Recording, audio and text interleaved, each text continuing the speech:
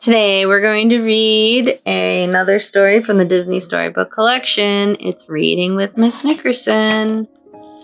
And we will be reading Robin Hood.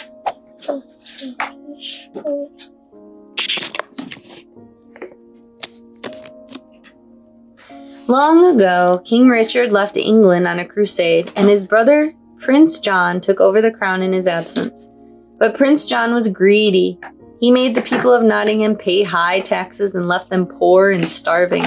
Robin Hood, a smart and honest fox, decided to fix things. He and his friend Little John, the bear, robbed from the rich to feed the poor. They were loved by all the good peasants of Nottingham. One day, the rabbit family was celebrating Skippy's 7th birthday. Skippy opened his present, a single gold coin his family had saved. But just then, the sheriff of Nottingham, the prince's right-hand man, appeared, grabbed it right out of the little rabbit's paws, and left. Seeing what had happened, Robin Hood gave Skippy his bow and arrow and his prized feather cap to make up for the sheriff ruining his birthday. As he prepared to leave, Robin gave Mother Rabbit a satchel of coins, promising, "Someday there will be happiness in Nottingham again. You'll see."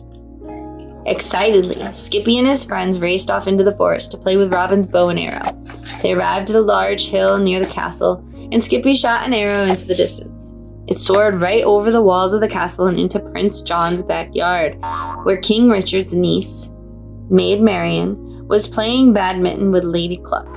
The little animals snuck in through the side gate, but were spotted right away. "Who does this young archer remind you of?" Maid Marian asked Lady Cluck. "Why, the notorious Robin Hood," Lady Cluck answered. Maid Marian invited the children into the garden and told them about how Robin Hood had been her sweetheart many years before. She showed them the tree where she and Robin had carved their initials together. Later, Maid Marian spoke to Lady Cluck about Robin Hood. "Oh, Clucky, surely he must know how much I still love him," she cried. They had been apart for so long. Had he forgotten all about her?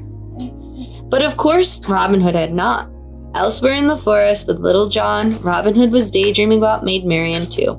In fact, he was so distracted that he burned dinner. Just then, their friend Friar Tuck stopped by with news of an archery tournament at the castle. There would be a special prize, a kiss from Maid Marian.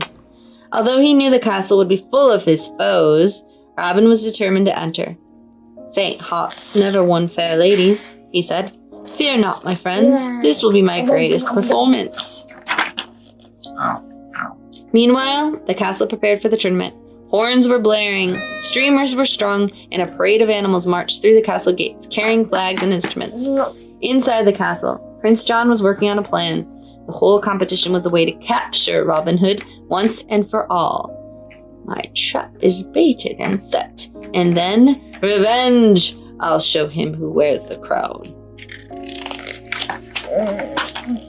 Robin and Little John put on disguises so the royal guards would not recognize them. Dressed as a bird, Robin Hood gave Maid Marian a flower before the competition. As he looked deep into her eyes, she knew it was him instantly, despite his disguise. "I wish you luck with all my heart," she whispered to him. Robin Hood soon took the lead in the tournament. As he got ready to take his final shot, the Sheriff of Nottingham pushed him, but Robin quickly righted himself and won the competition. Robin approached the throne for his prize, but Prince John had figured out his secret, and he stripped Robin of his disguise in front of the crowd. The guards seized him. Maid Marian pleaded with the prince to spare Robin's life. He refused, but Little John snuck up behind the prince and threatened him so that he would release Robin. The prince did, and a fight began. Before anyone could stop him, Robin swung in on a rope and swept Maid Marian off her feet. Robin and his friends raced off into the safety of Sherwood Forest. Later that evening, they celebrated their good fortune by dancing under the stars. Angry about losing to Robin Hood once again, Prince John made his subjects pay dearly for his humiliation. The taxes became so high that the people of Nottingham could not pay them, and anyone who couldn't pay taxes ended up in jail. Soon all of Robin Hood's friends had been arrested. Robin Hood and Little John planned a jailbreak to free their friends. Disguised as a guard, Robin Hood stole the keys from the sleeping Sheriff of Nottingham and quietly unlocked his friend's cell.